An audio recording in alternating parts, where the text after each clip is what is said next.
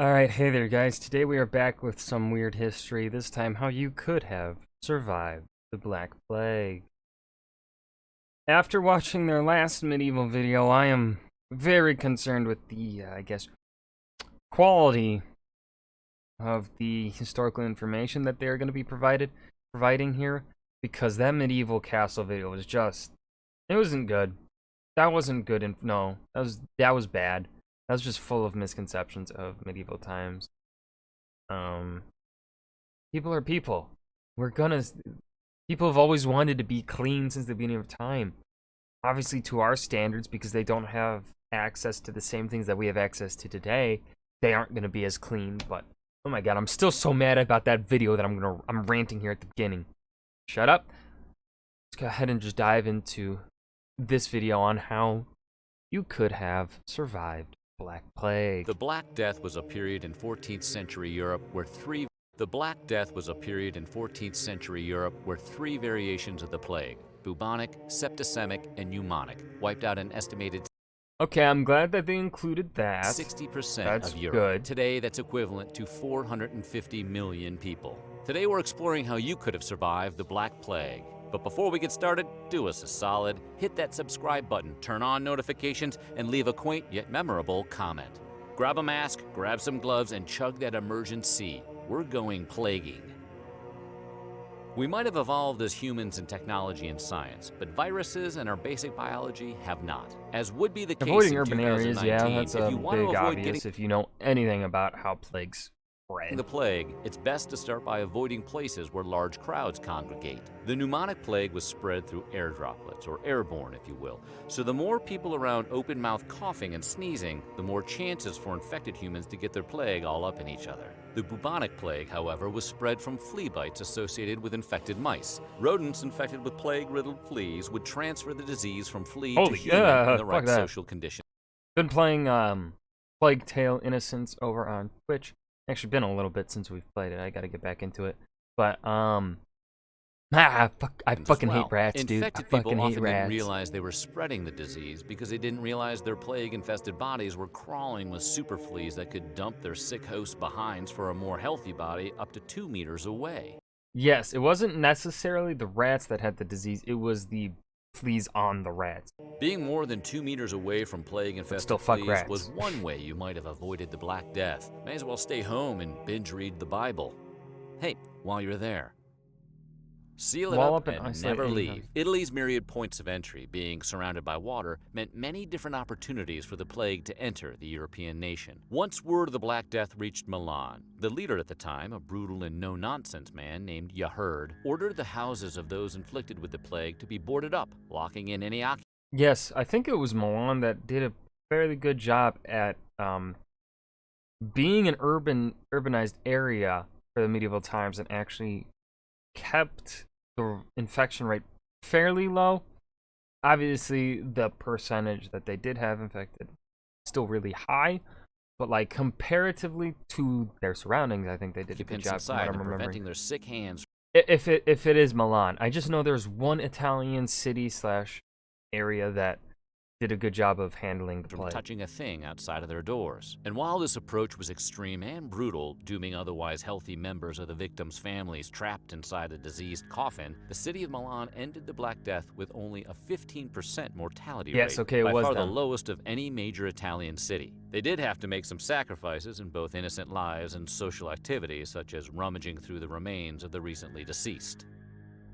Italy may Avoid be the known remains for of the its dead, yummy yeah, lasagna, but another, man, did one obvious, Florentine yeah. writer paint a real delicious picture of what the streets of Florence were like during this time. Mass burial sites were layered with victims and dirt, akin to one making lasagna with layers of pasta and cheese. Exposure to the plague, even from the deceased, could soon turn you into an ingredient of this nightmare lasagna, so loved ones often would abandon their dead into the streets without burial.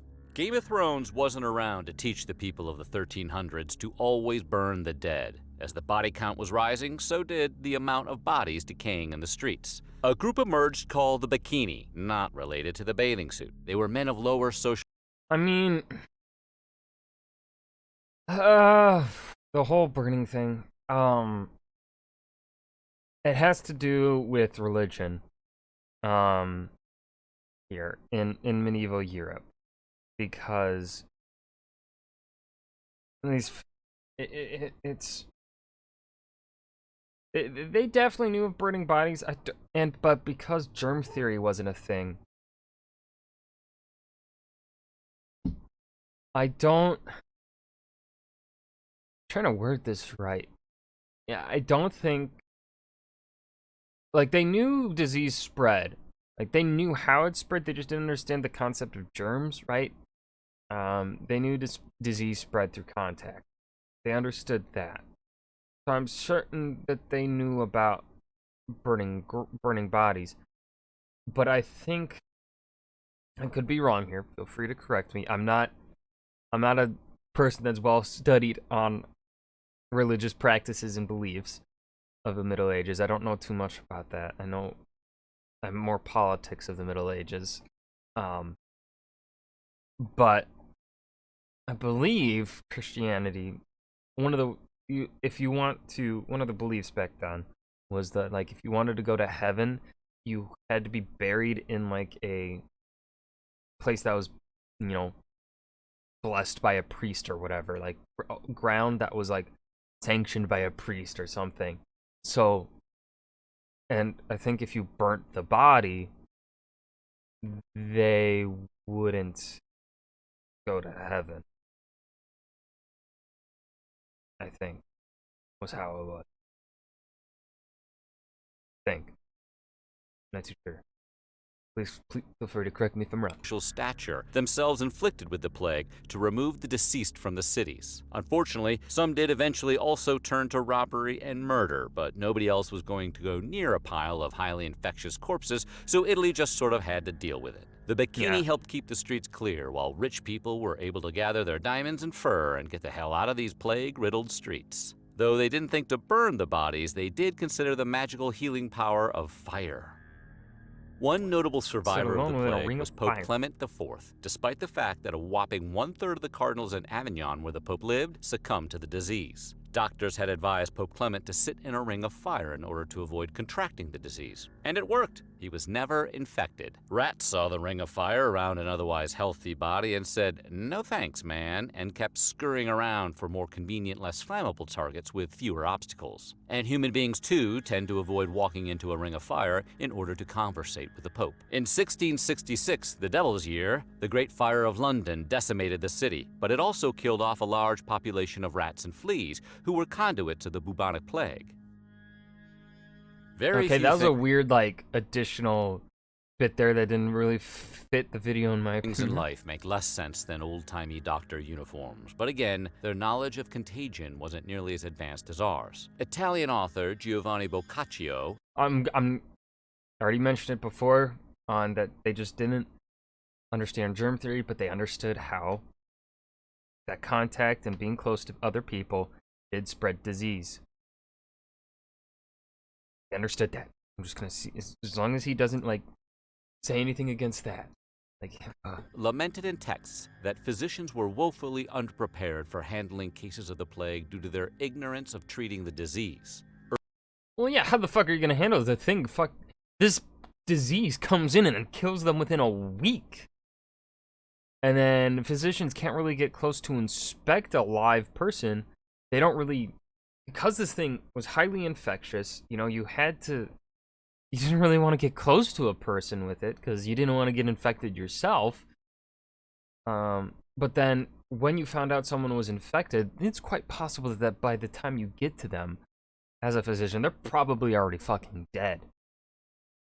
Earlier physicians may have inadvertently contributed to the spread of the disease from not using adequate protection against contamination themselves. After years of treating the illness, doctors eventually designed a plague uniform to protect themselves. And let's face it, it looks really cool. First worn Cool, it looks fucking terrifying. It's from a horror movie. by trend-setting Dr. Charles Delorme in France, this late-century stunner included a long overcoat, hat, and a pointed mask that, yes, made him look like a bird. But see, yeah, they're developing ways to, I guess, protect themselves from the plague. They understand how things spread. The beak of this just mask, don't worn by understand adult germ men, was theory. believed to have provided They just don't know germs exist really in the way that we know them today. Protection from infection because it was filled with pleasant-smelling items like rose petals and mint. Doctors believed the foul air, called miasma, spread disease, so naturally, to counteract this, one would just surround themselves with pleasant smells. With his getup, the leather outfits prevented flea bites. That or the fleas were justifiably terrified of human-sized birds. Yeah. Staying alive during the Black Death epidemic could be a real bummer, but in order to stay alive, it wasn't a good idea to spend your time with the flagellants. Flagellants, for those who don't know, is a person who subjects themselves or others to flogging, either as a religious discipline or for sexual gratification. They were religious zealots who would whip the ever-loving sin right out of you, and man, was the Black Death their time to shine. Since many Europeans believed God sent the plague as a punishment for their sins, they would seek atonement for these sins by publicly whipping themselves. Despite being properly shamed in the public square, you would not be immune from contracting the plague. In fact, flagellants exacerbated the problem because they were well-traveled and spread the disease wherever they'd land. I mean, yes, but you're kind of missing the point of how disease spreads. That's an open... You're opening wounds on yourself. You know, your internal body, the disease, kind of makes it easier for the disease to get into your bloodstream, kind of a bit, you know, opening up your skin, because your skin actually is a very good sealant at protecting you. That's why we have developed the way we have developed. Which is probably not good, because in order to survive the plague, you should probably... Think of this as the equivalent of putting a bubble around your city and denying entrance to anyone suspected of carrying the plague. Armed guards were stationed at city entrances, ready to deny entry to anybody with the look of a low-grade fever. And while this work kept people from entering the cities, it also contained those people already inflicted inside the city. Beyond armed guards... And they didn't just do this with the cities either. As he said with Milan earlier in the video, having like, what, 15%, they would also have guards not just protecting the cities, but they would have guards doing patrols on the entire, on their borders, on their national borders, and preventing people from coming in. Like, that's how strict they were. They were extremely ships strict. To dock in their ports. Ships from the east were the first to carry the plague into Europe. Once that was established, fairly quickly, ports became a little more picky about which ships were allowed to dock. By 1348, Venice had established a 30-day, why don't you go hang out over there and not talk to anybody for a while, for travelers and goods suspected of carrying the plague. Later, this was bumped up to 40 days, or as they say in Italy, 40 days, hence where we get the term quarantine. These actions slowed down the spreading of the illness, but it didn't do enough. Tens of thousands of people still died in Venice from the Black Death. They maybe should have. Plague law is the law. We're talking no ships, sealing up homes, and... I mean, that's assuming that you're able to move to a new city. They most likely would, as you said earlier, with the whole border thing, they most likely would not have let you out of the city if you're already living in one. And then secondly, they may not even let you into that other city. Curfews. Several European cities went full martial law when it came to combating the spread of the disease, and with a mortality rate of 80%, who can blame them? Landlocked Pistoia in northern Italy couldn't very well turn away ships and close down ports, but they could load up the restrictions on imports, exports, travel in general, trading in markets, and funerals. But Pistoia still lost a jaw-dropping 70% of its inhabitants. With all these percentages being depressingly high, it's easy to forget that some people did come down with the plague in this era and actually survived it. It wasn't because they tied live chickens around their bibulous plague bumps or drank a refreshing glass of chilled arsenic. They just had immune systems that could fight this stubborn killer because they took care of themselves. This was the time before keto diets and CrossFit gyms, but even the people of internetless times had to understand arugula was healthy. Recent research has shown what is still true now. If you were in poor health before you contracted the disease, your odds of succumbing to it were substantially higher. The mortality rate was higher amongst people who already were in poor health, be it malnourished, rotting teeth, or a weakened immune system. Healthy people, while not immune to infection, had a higher survival rate. That's why disease spreads most effectively during times of famine. So listen to your yogi, droughts. Start those juice cleanses, but also don't listen to your yogi, and you get... No, don't do juice cleanses. That's not a proper diet. ...your butt outside in that chilly air because your chances of survival were greater in the winter. Unlike our modern-day flu and common colds, the plague prefers a more tepid climate, showing up in greater Well, actually, the common cold was around back then. It's just that the common cold also was capable of killing you back then. numbers during the warmer summer and spring seasons. In fact, the plague was nearly not Actually, it's still capable of killing people today. I think it still kills several thousand people a year, the common cold. It's just that, you know, modern medicine. distant in the winter, just like today when it's always fishy when Brenda calls in sick for the flu in July. But if you wanted to survive an epidemic of end times proportions, you could always pack up the kids and move to Norway. Unfortunately, the plague eventually evolved to be all, maybe I do like cold weather, you losers, and spread to all of Europe, including icy cold Norway, which had 30 plague outbreaks alone between 1348 and 1654. None during the winter. The plague likes to keep us guessing. I wonder if the people of the 14th century thought about being born with immunity. Because, oh yes, there was a genetic immunity. Some people get ageless skin. Yeah, Some people get crystal blue. How do you think the disease stopped? Because people developed an immunity to it. That's how all disease ends. Eyes, and This some is- get this genetic video is just about, immunity like, to a disease with an 80% mortality rate that took a This big is bite out of Europe's fucking ass. obvious the Roma shit. people in This is Captain particular had Obvious. certain gene clusters that protected them from becoming sick. Researchers found Am I several too genes strict on actually this that video? may have protected certain people from coming down with the plague. Like, I just feel like this Lucky is all Roma. common Not knowledge. completely. They could still contract the illness, but there was a genetic variation that triggered an immune response to Yersinia pestis, the bacteria that was doing all of this population wiping of a continent of people. As established earlier, the Europeans believed full-heartedly two demonstrably false assumptions about the spread of this disease. Number one, the thick stench of sick permeating the atmosphere was the physical embodiment of the disease itself. While the disease was airborne, it, of course, doesn't technically have a smell itself. And number two, this was all happening because God was mad as hell because of all the sin. There was no TV yet. So I don't understand about the sin, though. Didn't Jesus die for the sins so that humans could... That's where I get confused. And of course, there was rampant sin. Do you know how boring 1328 was? They also didn't have books or research or the knowledge we have now thanks to the lessons learned during that time with how diseases spread. They can be forgiven for avoiding extremely...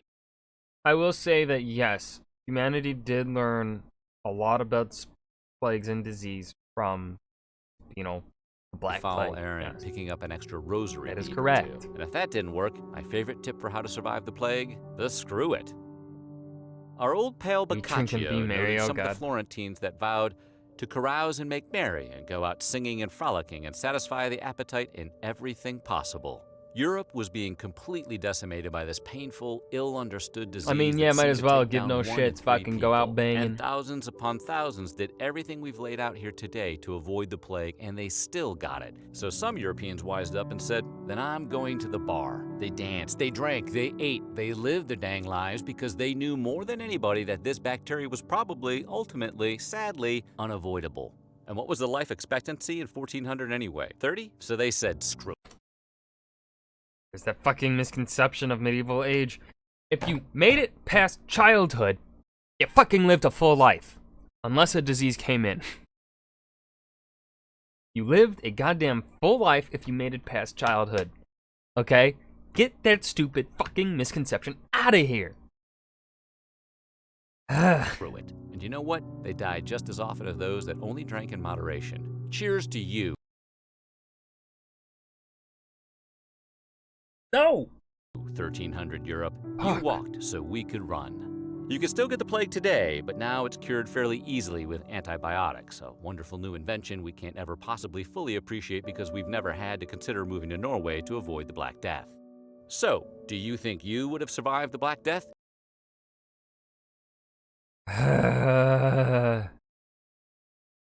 Do I even keep reacting to this channel? Cause I think their medieval information is just fucking wrong. I have nothing to fucking... Yeah, this was how you could have survived the Black Plague by Weird History. Don't go to them for medieval videos. Don't watch their medieval videos. They're bad. It's bad. It's full of it's misconception. They get some things right, which make them sound somewhat reputable, but then, like, they fucking fill up with those misconceptions of when people died. That's not, no. No, no, no, no, no, no, no, no, no. If you made it past childhood, you lived a full life, for the most part. You could make it, you would most likely make it to your 50s and 60s. No, you wouldn't die in your 30s. That's just, no. That's not how the human body works. We don't, it's not like we've prolonged aging. It's not like people turned out to be like, I don't know, 70 years old, like back 1,000 years ago when they were 30. No, that's not how our bodies developed.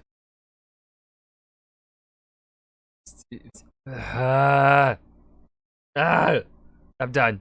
Peace. I'll see you guys in the next video.